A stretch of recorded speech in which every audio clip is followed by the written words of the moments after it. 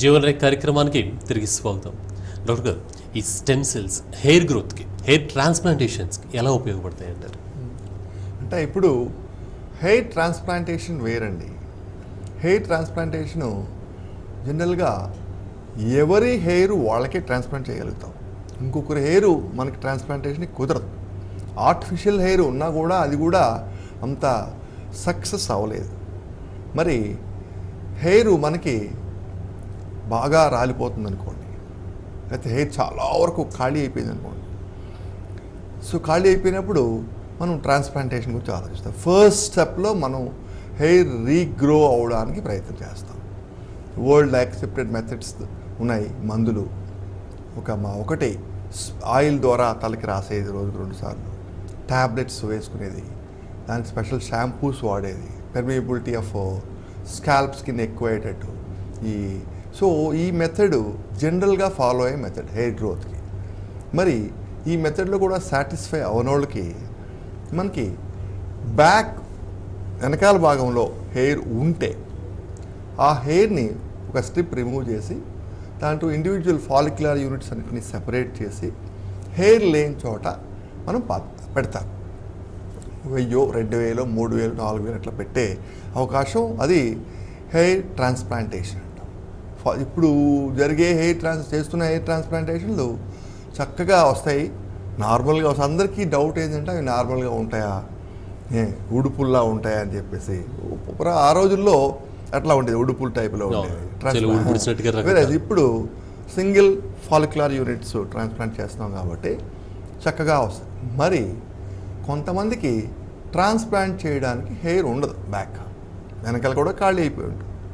అటువంటి వాళ్ళకి తర్వాత హెయిర్ బాగా పలచబడిపోయింది, స్ట్రాంగ్ హెయిర్ లేదు అనుకునే వాళ్ళకి గట్టిపడ్డానికి, తర్వాత హెయిర్ రూట్స్ పూర్తిగా అట్రోఫీ అవ్వకుండా, యంగ్ పీపుల్ చాలామంది 19 years, నేను 20 years, నాకు హెయిర్ పూర్తిగా ఊడిపోతుంది, చాలా హెయిర్ పోతుంది అనుకునే వాళ్ళకి ఈ ట్రాన్స్డెర్మల్ అప్లికేషన్ అంటే స్కాల్ప్కి మనం ఈ స్టెమ్ సెల్స్ తాలూకా ప్రొడ్యూస్ అంటాం. Stem cells produce culture condition media. ఇది మనకి సౌత్ కొరియన్స్ ఎక్కువ సప్లై చేస్తున్నారు. చాలా కంట్రీస్ చేసినప్పటికీ సౌత్ కొరియా నుంచి good quality stem cells condition products మనకు వస్తున్నాయి. ఇది మనం స్కాల్ప్ స్కిన్కి, పైన ఈ స్కిన్కి మల్టిపుల్ పంక్చర్స్ అనమాట. అంటే డెర్మా రోలర్స్ అనేవి ఉంటాయి. ఒక రోలర్లా ఉంటుంది, రోలర్లాగే ఉంటుంది. దానికి మైక్రోస్ స్పైక్స్ ఉంటాయి, స్పెక్యూల్స్. సో ఈ మైక్రో స్పైక్స్ ఒక 400-500 ఉంటాయి. ఒక రోల్ చేస్తే 400 పంచెస్ పడతాయి అన్నమాట స్కాల్ప్ మీద. సో అట్లా స్కాల్ప్ మీద మనం కంప్లీట్ డెర్మా రోలింగ్ చేసి ఫ్యూ థౌజండ్స్ ఆఫ్ పంచెస్ పడతాయి. సో ఆ ఏరియాకి ఈ conditioned separated cultured media, embryonic fluid based stem cells cultured మీడియాని ఒక వాయిల్స్లో వస్తాయి. వాటిని అప్లై చేసి దానికి రెగ్యులర్గా ఒక 15 daysకి ఒకసారి కానీ, వన్స్ ఇన్ ఏ మంత్ కానీ అప్లై చేసినప్పుడు చక్కటి హెయిర్ గ్రోత్ వచ్చే అవకాశం ఉందండి. అంటే నార్మల్ హెయిర్ లాగానే ఉంటుందంటారు, ఇక స్టెమ్ సెల్స్తో హెయిర్ గ్రో అవుతుంది. మీ హెయిరే వన్స్ ఓన్ హెయిర్ బాగా గ్రో అవడానికి ఈ స్టెమ్ సెల్ కాన్సన్ట్రేట్ వాడుతున్నాం. ఇది యాక్చువల్గా చాలా ఈ మధ్యకాలం అంతా కూడా ఇది ఆబ్జర్వేషన్లో ఉండింది చాలా రోజులు. మేము కూడా పర్సనల్గా మేమందరం వాడిన తర్వాతే రిజల్ట్స్ చూసిన తర్వాత we're finding good results even for us. So అప్పుడు we're convinced it is helping a lot. So ఇది apply to all clients also. Yes. అంటే డాక్టర్ గారు, స్టెమ్ సెల్స్ ద్వారా మనం ప్రొడ్యూస్ చేసినటువంటి హెయిర్ ఏదైతే ఉంటుందో అది అంటే నాణ్యత ఎలా ఉంటుందంటారు? అంటే మామూలు హెయిర్ లాగానే గట్టిగానే ఉంటుంది, దానికి లేకపోతే స్పెషల్ కేర్ లాంటివి ఏమైనా తీసుకోవాల్సిన అవసరం ఉంటుందంటారు? ఇప్పుడు మనం stem cells cultured condition media ఎందుకు ఇస్తున్నాం? అందులో cytokines, vitamins, minerals, metals necessary for hair growth ఉంటాయి. అంటే ఒకటి, ఈ కాన్సన్ట్రేట్ వలన ఈ హెయిర్ రూట్స్ నుంచి హెయిర్ గ్రో అవుతుంది. ఒకటి, గ్రో అవడానికి కావలసిన అన్ని న్యూట్రియంట్స్ సప్లై చేస్తున్నాం, ఫుడ్ ఇస్తున్నాం హెయిర్కి.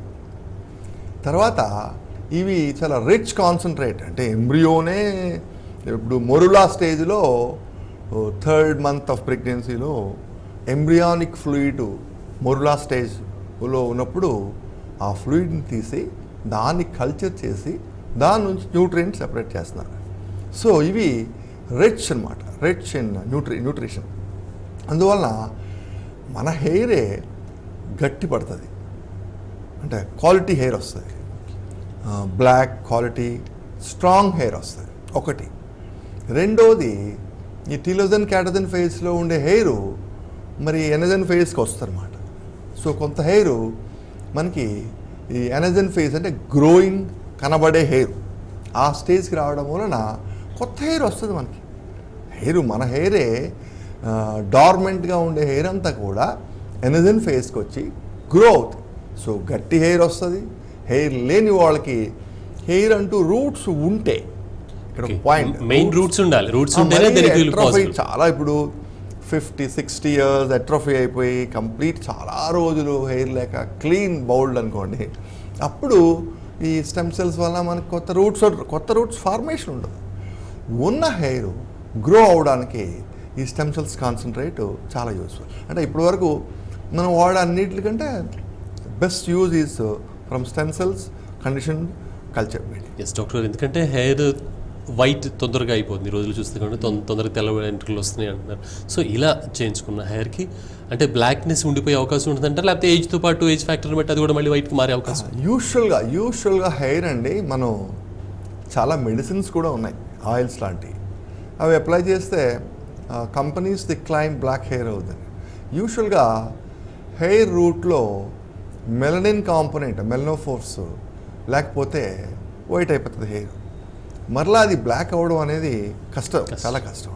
సో వైట్ హెయిర్ వస్తే మనం యూజువల్గా నిజం చెప్పాలంటే ట్యాన్ చేసుకోవడం తప్పించి, రంగు వేసుకోవడం తప్పించి వైట్ హెయిర్ని మళ్ళీ బ్లాక్ చేయడం అనేది సాధ్యం అవ్వట్లేదు. దానికి ఎలాంటి మందులు లేవు, ఆయిల్స్ లేవు. కానీ మనం తరచూ వింటూ ఉంటామండి, కొన్ని ఆయిల్స్ వాడినా కొన్ని ఏదైనా వాడినా కూడా తెల్లబడి వెంట్రుకలు మళ్ళీ నల్లబడే అవకాశం ఉంటుందని కూడా వింటూ ఉంటాం. అంటే నల్లబడ్డం అనేది ఎవరు క్లైమ్ చేయట్లేదు, అనొచ్చు, కానీ నాట్ పాసిబుల్. జనరల్గా హెయిర్ రూట్లో మరి మెలనిన్ కాంపోనెంట్ తగ్గిపోయి మెలనోఫోర్స్ లేకపోతే డెర్మల్ ప్యాపిలాలో మనకి బ్లాక్ అవ్వదు, హెయిర్ గ్రో అవుతుంది. మన నరేంద్ర మోడీ గారికి వైట్ హెయిర్ కంప్లీట్ కదా. So it is okay transplanted egg. Is got all. చాలామంది వైట్ హెయిర్ కూడా ట్రాన్స్ప్లాంట్ చేయొచ్చు, బట్ అది వైట్ హెయిర్ కింద ఉంటుంది, అలాగే ఉంటుంది. సో అదే విధంగా బ్లాక్ హెయిర్ ఎప్పుడైతే చేసాం అది కూడా బ్లాక్గా ఉండే అవకాశం ఉంటుంది అంటారా లేదంటారా? బ్లాక్ హెయిర్ని ట్రాన్స్ప్లాంట్ చేస్తే కనుక బ్లాక్ హెయిర్ మోస్ట్లీ హెయిర్ ఏది ట్రాన్స్ప్లాంట్ చేసినా వైట్ అయినా బ్లాక్ అయినా కూడా అది లైవ్ రూట్స్ని తీసుకొచ్చి మనకు ఉండే వెనకాల హెయిర్ ఉన్న చోట హెయిర్ని తీసి హెయిర్ లేని చోట మనం జస్ట్ లైక్ ఒరినాట్లాగే ట్రాన్స్ప్లాంటేషన్ అంటే మరి అట్లా అదే కదా. సో అట్లా చేసినప్పుడు అది మళ్ళా నార్మల్ హెయిర్ కింద గ్రో అవుతుంది.